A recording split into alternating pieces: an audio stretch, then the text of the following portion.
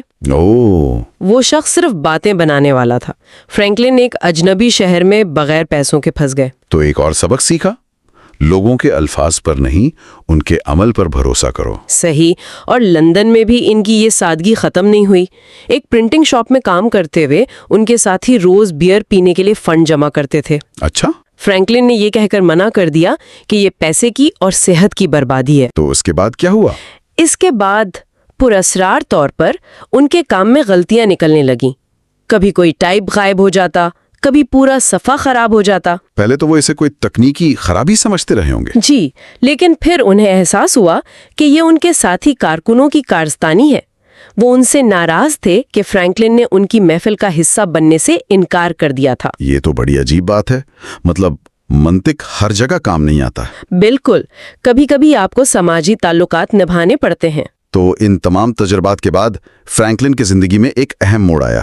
یہ وہ لمحہ تھا جب انہوں نے خود کا تجزیہ کیا۔ جی، انہوں نے محسوس کیا کہ وہ اپنی سائنسی تحقیق اور کام میں انتہائی منطقی اور حقیقت پسند ہے، لیکن جب انسانوں سے معاملہ کرنے کی باری آتی ہے تو وہ اپنے جذبات اور خواہشات کے بہاؤ میں بہہ جاتے ہیں۔ وہ یہ فرض کر لیتے تھے کہ دوسرے لوگ بھی ان کی طرح منطقی اور نیک نیت ہوں گے۔ بالکل، تو انہوں نے فیصلہ کیا کہ وہ انسانی فطرت کو بھی ایک سائنسی مسئلے کی طرح دیکھیں گے۔ یہ بہت دلچسپ نکتہ ہے، یعنی لوگوں کو ویسا نہیں دیکھنا جیسا ہم انہیں دیکھنا چاہتے ہیں، بلکہ ویسا دیکھنا جیسے وہ ہیں۔ بالکل، انہوں نے ایک قدم پیچھے ہٹ کر اپنے جذبات کو ایک طرف رکھ کر دوسروں کا مشاہدہ کرنے کا فن سیکھا۔ لوگوں کو بدلنے کی کوشش چھوڑ دی۔ جی، اور ان کے کردار، ان کی کمزوریوں اور ان کی خواہشات کو سمجھ کر ان کے مطابق اپنی چالیں چلنا شروع کریں۔ یہ ایک طرح سے شطرنج کا کھیل بن گیا۔ اور اس نئی حکمت عملی کا نتیجہ بھی فوراً نظر آنے لگا جب وہ اپنے پرانے مالک سیموئل کیمر کے پاس دوبارہ کام کرنے گئے۔ تو انہوں نے فوراً بھانپ لیا کہ کچھ گڑبڑ ہے۔ کیمر ان سے بہت اچھا سلوک کر رہے تھے، لیکن فرینکلن نے کیمر کے نقطہ نظر سے سوچا کہ وہ مجھے کیوں واپس رکھے گا؟ ہاں، اس لیے کہ میں اس کے ملازمین کو ٹریننگ دوں اور جب وہ تیار ہو جائیں تو مجھے نکال باہر کر دے۔ اور ان کا اندازہ بالکل ٹھیک نکلا۔ لیکن اس بار فرینکلن نے کوئی جذباتی رد عمل نہیں دکھایا۔ نہیں، بالکل نہیں۔ انہوں نے خاموشی سے کام کیا، اپنے تعلقات بنائے، اور جیسے ہی انہیں محسوس ہوا کہ کیمر انہیں نکالنے والا ہے، انہوں نے پہلے ہی اپنی دکان کھولنے کا انتظام کر لیا تھا۔ وہ تیار تھے۔ اس کی ایک اور شاندار مثال آئزک نورس کے ساتھ ان کا معاملہ ہے۔ سیاست میں آنے کے بعد نورس، جو ایک بہت بااثر شخص تھے، ان کے سخت مخالف بن گئے۔ اب پرانے فرینکلن شاید ان سے براہ راست بحث کرتے یا دشمنی پال لیتے، لیکن نئے سماجی طور پر ذہین فرینکلن نے ایک بالکل مختلف راستہ اختیار کیا۔ جی، انہوں نے نورس پر تحقیق کی۔ انہیں پتا چلا کہ نورس کو اپنی ذاتی لائبریری پر بہت فخر ہے، جس میں کچھ بہت ہی نایاب کتابیں تھیں۔ تو انہوں نے کیا کیا؟ انہوں نے نورس کو ایک خط لکھا جس میں ان کی لائبریری کی تعریف کی اور ان سے ایک نایاب کتاب چند دنوں کے لیے ادھار مانگی۔ یہ ایک ذہین چال تھی۔ نورس یہ دیکھ کر بہت متاثر ہوئے کہ کسی نے ان کے علم اور شوق کی قدر کی ہے۔ انہوں نے فوراً کتاب بھیج دی۔ جی، فرینکلن نے اسے ایک ہفتے میں پڑھ کر شکریہ کے نوٹ کے ساتھ واپس کر دیا۔ اس ایک چھوٹے سے عمل نے نورس کے دل میں فرینکلن کے لیے عزت پیدا کر دی اور ان کی دشمنی ایک مضبوط سیاسی اتحاد میں بدل گئی۔ بالکل۔ فرینکلن کی کہانی ہمیں ایک اہم تصور کی طرف لاتی ہے، جسے ذرائع سادہ لوہانہ نقطہ نظر کہتے ہیں۔ یہ کیا ہے؟ یہ وہ اینک ہے جو ہم بچپن سے پہنے ہوتے ہیں۔ بچپن میں ہماری بقا کا انحصار اپنے والدین پر ہوتا ہے، تو ہم انہیں مثالی اور طاقتور سمجھتے ہیں۔ ہم ان کی خامیوں کو نظر انداز کر دیتے ہیں کیونکہ ہمیں ان کی ضرورت ہوتی ہے۔ اور مسئلہ تب ہوتا ہے جب ہم بڑے ہو کر بھی یہی اینک پہنے رہتے ہیں۔ صحیح، یعنی ہم اپنے دوستوں، باس یا شراکت داروں پر اپنی خواہشات اور تصورات مسلط کر دیتے ہیں۔ ہم یہ ماننے کو تیار نہیں ہوتے کہ وہ بھی خود غرض، حاسد یا غیر منطقی ہو سکتے ہیں۔ اور جب وہ ہماری توقعات کے خلاف کام کرتے ہیں تو ہمیں شدید مایوسی ہوتی ہے۔ بالکل، اس سادہ لوہانہ نقطہ نظر سے نکلنے کے لیے ہمیں کچھ تلخ حقیقتوں کو قبول کرنا پڑتا ہے۔ ذرائع میں انہیں 7 مہلک حقیقتیں کہا گیا ہے۔